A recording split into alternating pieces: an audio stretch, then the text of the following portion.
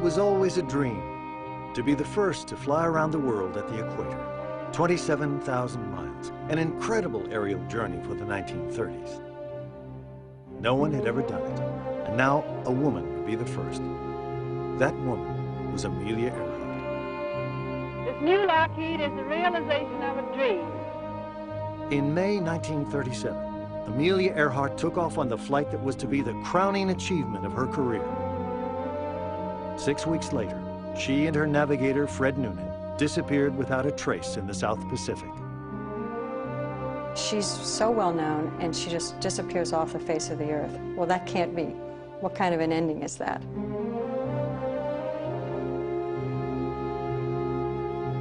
"60 years after Amelia's final flight, a team led by Texas aviator Linda Finch painstakingly restored a Lockheed Electra and set out to recreate and relive Amelia's round-the-world adventure. Now this is the critical point. Navigator Bowen Weisheit has carefully studied Earhart's last flight and believes he may have solved the mystery of her disappearance. If she had kept on going, she would have overflown that island in 15 minutes about. But she didn't. This is the story of Amelia Earhart's last flight, in which we'll discover what may have happened in the final hours.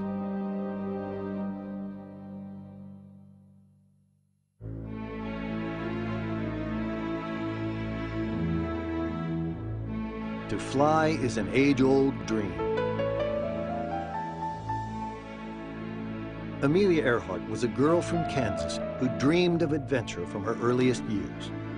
When she was 7, in 1904, she rode her first roller coaster at the St. Louis World's Fair. "It's just like flying," she told her sister. In her early 20s, she had an experience that changed her life. A young woman friend and I had gone to the fairgrounds to see an exhibition of stunt flying by one of the aces returned from the war.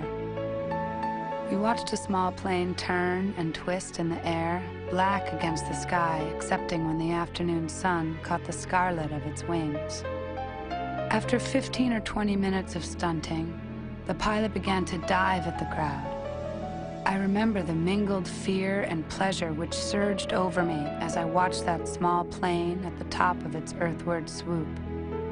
I did not understand it at the time, but I believe that little red airplane said something to me as it swished by. Frank Hawks took me on the first hop. By the time I'd got 200 or 300 feet off the ground, I knew I had to fly.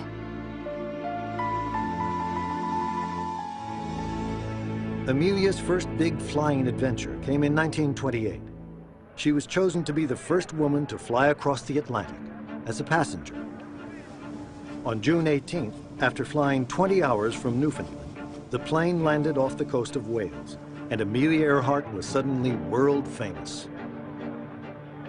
Just 4 years later, she did the same crossing alone, flying her own plane. At 12 minutes after 7, I gave her the gun. The plane gathered speed and, despite the heavy load, rose easily. A minute later, I was headed out to sea. It was May 20th, 1932, the 5th anniversary of Charles Lindbergh's solo flight. Since then, 20 people had died attempting the crossing. No one had duplicated his feat. Amelia Earhart Putnam, first woman to solo the Atlantic, picked a hillside near Londonderry, Ireland, to land.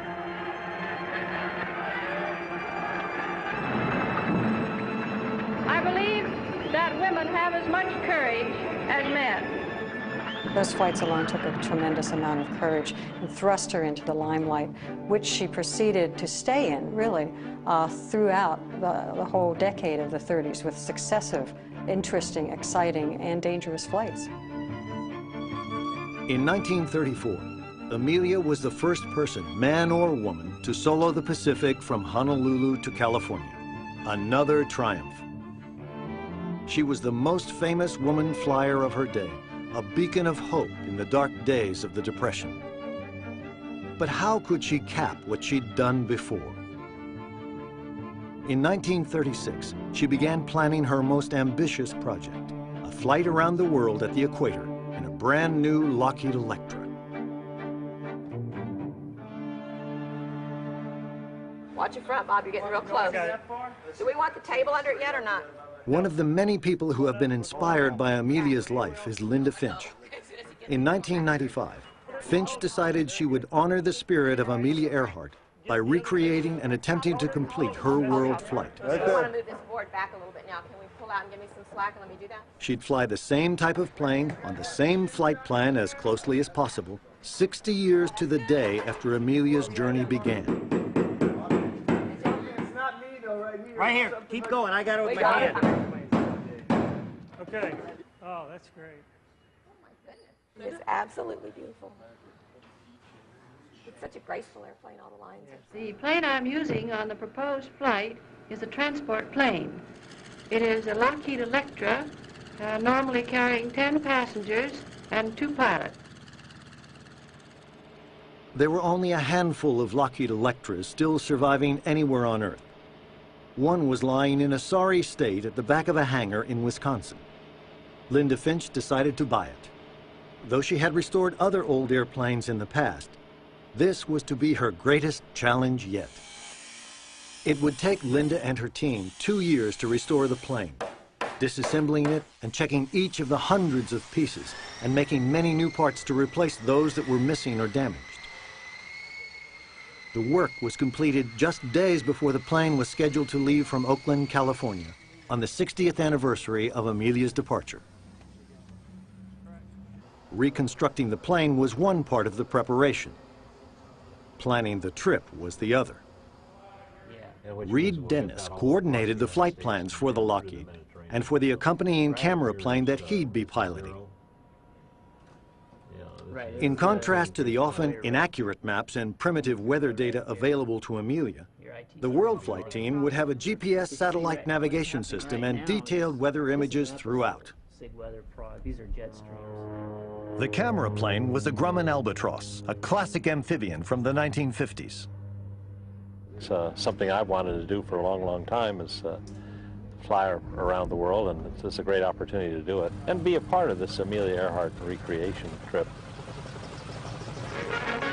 Amelia Earhart poses with the men who fly on the first part of her world trip. Technical advisor Mance, then Miss Earhart. Next, as navigator to Australia, Captain Harry Manning, and also navigator Noonan, familiar with Pacific Airways. World Flight captured the world's imagination in 1937 and again 60 years later. On the day of departure, hundreds of well-wishers came to Oakland to see the planes off. Today, on the 60th anniversary of her departure, we'll recreate and complete Amelia Earhart's flight. On March 17, 1997, Linda Finch's team set out to recreate the great adventure that Amelia had pioneered.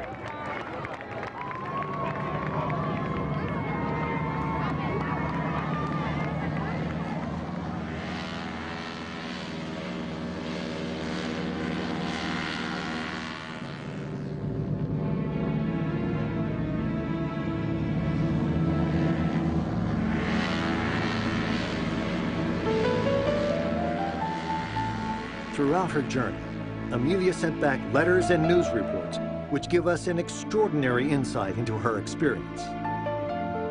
As we passed through it, the Golden Gate was truly golden.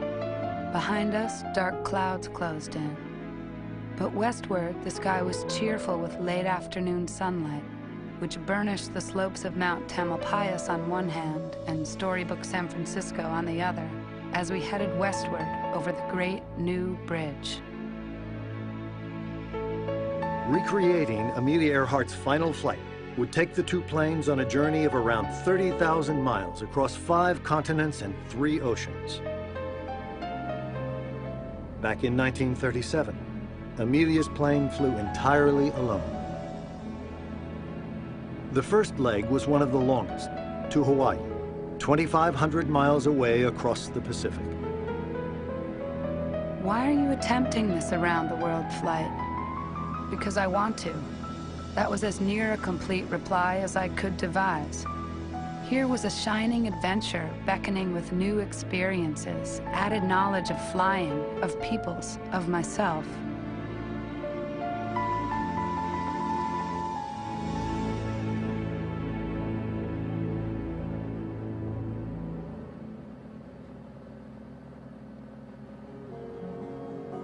At 5:40 in the morning, Honolulu time, we sighted Diamond Head. It put in an appearance through the morning mists exactly where and when Fred expected it, which was most comforting. We had hoped to push on to Howland promptly, but soon found that weather conditions to the southwestward weren't what they might be. Delay was inevitable. But if one has to wait, in all the world there is no pleasanter place to do the waiting than in Honolulu. In my life, I had come to realize that when things were going very well indeed, it was just the time to anticipate trouble. The first gray light of day was seeping down over the eastern hills upon Pearl Harbor. We had decided on a dawn start. It is amazing how much can happen in one dawn. We had 900 gallons of gasoline on board. However, this load was not by any means the ship's limit. Indeed, so easily was the plane moving down the runway that I thought the takeoff was actually over. 10 seconds later, the airplane which brought us so gallantly to Honolulu lay helpless on the concrete runway, a poor, battered bird with broken wings. My own desire, I'm sure, was set almost before the slithering slide along the concrete ended. If we don't burn up, I want to try again. Something like that flashed through my mind. Miraculously, fire spared us. The badly damaged Electra was shipped back to California for repairs. Amelia and her crew returned home. The crash had badly shaken Amelia, but she was determined to make another attempt. She didn't want this one failure to overshadow all the successes she had fought so hard for. Back in California, Amelia had to face the press. One has to take misfortune with good fortune. Through the years, I've been very fortunate in the type of flying I've done not to have more accidents. I hope to continue the flight as I planned. I have perfect faith in my equipment, the plane and the engine, and I hope to carry on eventually as soon as it is repaired. In the aftermath of the crash in Hawaii, Harry Manning resigned as navigator, telling Amelia that his leave of absence from the Navy would expire before she could try again. Years later, Manning would say the real reason was that he no longer had faith in Amelia's ability as a pilot. Navigator Fred Noonan would take his place. Amelia Earhart will try again. The famous aviatrix inspects her $80,000 flying laboratory, which has been overhauled. She's almost ready for another attempt at a round-the-world flight at the equator in the 10,000-pound ship that cracked up in Honolulu nearly 2 months ago. Amelia spent her personal fortune repairing the plane. This flight now had to be a success to recoup her huge investment. To keep going, I more or less mortgaged the future. Without regret, however, for what are futures for?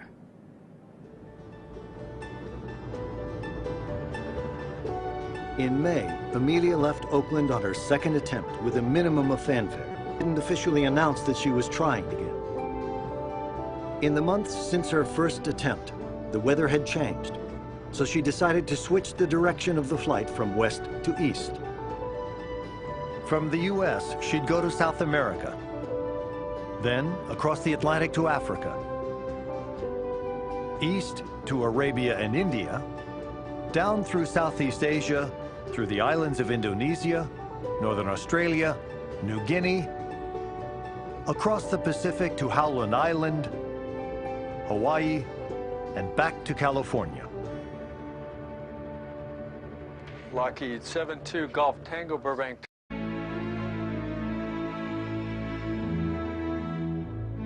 To fly is an age-old dream.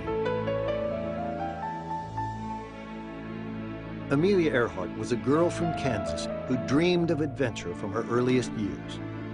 When she was 7, in 1904, she rode her first roller coaster at the St. Louis World's Fair. "It's just like flying," she told her sister. It was Amelia Earhart. This new Lockheed is the realization of a dream. In May 1937, Amelia Earhart took off on the flight that was to be the crowning achievement of her career. 6 weeks later, she and her navigator, Fred Noonan, disappeared without a trace in the South Pacific. She's so well known, and she just disappears off the face of the earth. Well, that can't be. What kind of an ending is that? He may have solved the mystery of her disappearance. If she had kept on going, she would have overflown that island in 15 minutes about. But she didn't. This is the story of Amelia Earhart's last flight, in which we'll discover what may have happened in the final hours.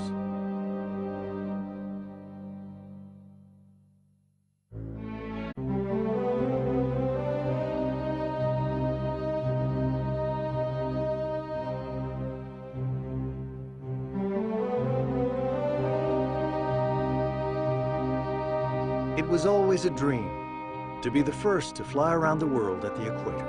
27,000 miles, an incredible aerial journey for the 1930s.